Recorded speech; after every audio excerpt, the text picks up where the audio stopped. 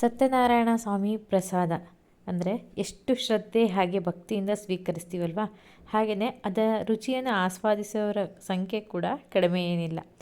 ನಮಸ್ಕಾರ ಎಲ್ಲರಿಗೂ, ಶಿವಮೊಗ್ಗ ರೆಸಿಪೀಸ್ಗೆ ನಿಮ್ಮೆಲ್ಲರಿಗೂ ಆದರದ ಸುಸ್ವಾಗತ. ಫ್ರೆಂಡ್ಸ್, ಇವತ್ತಿನ ರೆಸಿಪಿ ಏನು ಅಂತಂದ್ಬಿಟ್ಟು ನಿಮಗೀಗಾಗಲೇ ತಿಳಿದು ಹೋಗಿದೆ.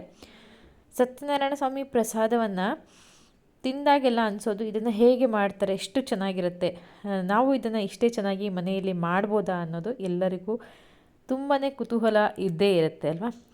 ಬನ್ನಿ, ಇವತ್ತು ನಮ್ಮ ಶಿವಮೊಗ್ಗ ರೆಸಿಪೀಸ್ನಲ್ಲಿ ಸ್ವಲ್ಪನೂ ಕೈಗೆ ಅಂಟದೇ ಇರೋ ಹಾಗೆ ಪರ್ಫೆಕ್ಟ್ ಅಳತೆಯಲ್ಲಿ ಸತ್ಯನಾರಾಯಣ ಸ್ವಾಮಿ ಪ್ರಸಾದವನ್ನು ಹೇಗೆ ಮಾಡೋದು ಅನ್ನೋದನ್ನು ತುಂಬ ಸುಲಭವಾಗಿ ನಿಮಗೆ ಅರ್ಥ ಆಗೋ ಥರ ನಾನು ತಿಳಿಸ್ಕೊಡ್ತೀನಿ.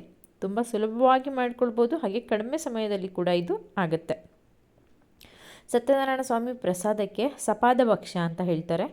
ಅದಕ್ಕೆ ಕೇವಲ 5 ಪದಾರ್ಥಗಳನ್ನ ಮಾತ್ರ ಹಾಕ್ತೀವಿ, ಅದು ಸಮನಾದ ಅಳತೆಯಲ್ಲಿ. ಅಳತೆ ತುಂಬ ಮುಖ್ಯ ಆಗುತ್ತೆ. ನೋಡಿ, ನಾನಿಲ್ಲಿ ಒಂದು ಪುಟಾಣಿ ಬೌಲ್ನ ಅಳತೆಯನ್ನು ತೆಗೆದುಕೊಂಡಿದ್ದೀನಿ. ಸೊ ನಾವು ಎಷ್ಟು ಕ್ವಾಂಟಿಟಿಯಲ್ಲಿ ಮಾಡ್ತೀವಿ ಅನ್ನೋದು ಮುಖ್ಯ. ನಾವು ಜಾಸ್ತಿ ಪ್ರಮಾಣದಲ್ಲಿ ಮಾಡ್ತೀವಿ ಅಂದರೆ ಒಂದು ದೊಡ್ಡ ಬೌಲ್ ಅಥವಾ ಪಾತ್ರೆ ಅಥವಾ ಲೋಟ ಯಾವುದ್ರದ್ದಾದರೂ ಅಳತೆಯನ್ನು ತಗೋಬೋದು.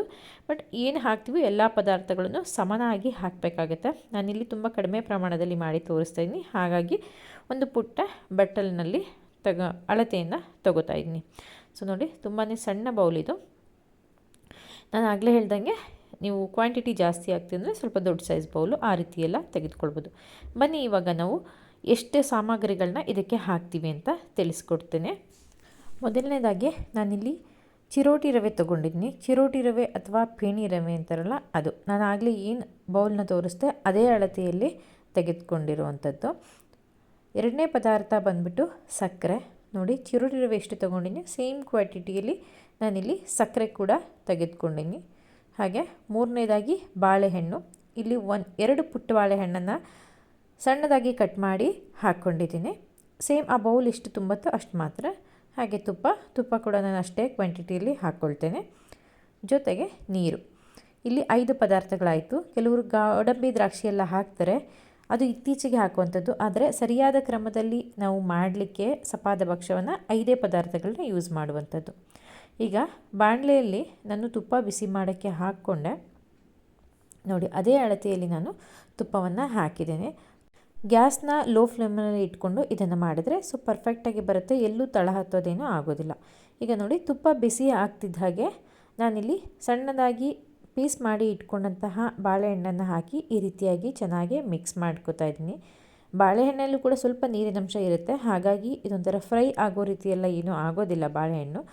ಬಾಳೆಹಣ್ಣು ಹಾಕಿದ ಮೇಲೆ ಒಂದು 30 ಸೆಕೆಂಡ್ರಿಂದ 1 ನಿಮಿಷ ಈ ರೀತಿ ಫ್ರೈ ಮಾಡಿದ್ರೆ ಸಾಕು, ಬಾಳೆಹಣ್ಣೆಲ್ಲ ಪೂರ್ತಿಯಾಗಿ ಸಾಫ್ಟ್ ಆಗುತ್ತೆ. ನಾನೀಗ ಇದಕ್ಕೆ ಚಿರೋಟಿ ರವೆಯನ್ನು ನಾವೇನು 1 ಕಪ್ನ ಅಳತೆಯಲ್ಲಿ ಇಟ್ಕೊಂಡಿದ್ವಿ ಅದನ್ನು ಹಾಕಿ ಚೆನ್ನಾಗಿ ಮಿಕ್ಸ್ ಮಾಡ್ತಾ ಇದ್ದೀನಿ. ನೋಡಿ, ತುಪ್ಪದಲ್ಲಿ ಚೆನ್ನಾಗಿ ಚಿರೋಟಿ ರವೆ ಫ್ರೈ ಆಗಬೇಕು. ಈ ರೀತಿಯಾಗಿ ಮಿಕ್ಸ್ ಮಾಡ್ತಾಯಿರಿ, ಗಂಟುಗಳಿಲ್ಲದೆ ಇರೋ ಹಾಗೆ. ಗಂಟುಗಳೇನು ಸಾಮಾನ್ಯ ಆಗೋದಿಲ್ಲ ಅದು, ಯಾಕಂದರೆ ನಾವು ಸಮಾನ ಅಳತೆಯಲ್ಲಿ ತುಪ್ಪ ಎಲ್ಲ ತೊಗೊಂಡಿದ್ದೀವಲ್ಲ, ಹಾಗಾಗಿ ಬಾಳೆಹಣ್ಣಿನ ಜೊತೆಗೆ ಚೆನ್ನಾಗಿ ಮಿಕ್ಸ್ ಆದಾಗ ಬಾಳೆಹಣ್ಣು ಚೆನ್ನಾಗಿ ಕರಗಿ ರವೆ ಜೊತೆಗೆ ಬಾಳೆಹಣ್ಣು ಚೆನ್ನಾಗಿ ಹೊಂದ್ಕೊಳ್ಳುತ್ತೆ. ಅಲ್ಲಿ ತನಕ ಈ ರೀತಿ ಮಿಕ್ಸ್ ಮಾಡಿ. ತುಂಬ ಕಡಿಮೆ ಸಮಯದಲ್ಲೇ ಆಗುತ್ತೆ, ಇದೇನು ಹೆಚ್ಚಿಗೆ ಸಮಯನ ತೆಗೆದುಕೊಳ್ಳೋದಿಲ್ಲ. ಅದನ್ನ ಹಾಗೆ ಕೈ ಬಿಡದೆ ತಿರುಗ್ತಾ ಇದ್ದಾಗ ಈ ರೀತಿಯಾಗಿ ಅದು ತಳ ಬಿಟ್ಟು ಬರಲಿಕ್ಕೆ ಶುರುವಾಗುತ್ತೆ. ಈಗ ನಾನು ಇದಕ್ಕೆ ನೀರನ್ನು ಹಾಕ್ತಾಯಿದ್ದೀನಿ. ನೀರಂದರೆ ತಣ್ಣಗಿರೋ ನೀರನ್ನು ಹಾಕಬಾರ್ದು. ನಾವು ಏನು ನೀರನ್ನು ತೊಗೊಂಡಿದ್ವಿ ಸ್ವಲ್ಪ ಜಾಸ್ತಿ ಪ್ರಮಾಣದಲ್ಲೇ ಕುದಿಯೋಕ್ಕೆ ಇಟ್ಟಾಗ ಹಾಕೋ ಸಮಯದಲ್ಲಿ ಸಮಾನ ಅಳತೆಯಲ್ಲಿ ಆ ಬೌಲ್ ಏನಿರುತ್ತೆ ಆ ಅಳತೆಯಲ್ಲಿ ನೀರನ್ನು ತೆಗೆದು ಚೆನ್ನಾಗಿ ಕಾದಿರುವಂತಹ ನೀರು, ಅಂದರೆ ಬಿಸಿಯಾಗಿ ಕುದೀತಾ ಇರುವಂಥ ನೀರನ್ನು ಹಾಕಬೇಕು. ತಣ್ಣೀರನ್ನು ಹಾಕಿಬಿಟ್ರೆ ಕಂಪ್ಲೀಟಾಗಿ ಅದು ಹದ ಕೆಟ್ಟೋಗ್ತದೆ. ಹಾಗಾಗಿ ಚೆನ್ನಾಗಿ ಕುದೀತಾ ಇರೋಂಥ ನೀರನ್ನು ಹಾಕಿ ಈ ರೀತಿ ಚೆನ್ನಾಗಿ ಮಿಕ್ಸ್ ಮಾಡಿ. ಅದು ಆಲ್ರೆಡಿ ಕಾದಿರೋದ್ರಿಂದ ನಾವು ನೀರು ಹಾಕ್ತಿದ್ದಂಗೆ ನೋಡಿ ಅದು ಕಂಪ್ಲೀಟಾಗಿ ಆ ನೀರನ್ನು ಹೀರ್ಕೊಂಡು ಈ ರೀತಿ ರೆಡಿ ಆಗುತ್ತೆ. ಒಂದು ರೀತಿಯಾಗಿ ಹಲ್ವಾ ರೀತಿ ಟೆಕ್ಸ್ಚರ್ಗೆ ಬರುತ್ತೆ. ಈಗ ಇದಕ್ಕೆ ಕೊನೆಯದಾಗಿ ನಾನು ಸಕ್ಕರೆಯನ್ನು ಸೇರಿಸ್ಕೊತಾ ಇದ್ದೀನಿ.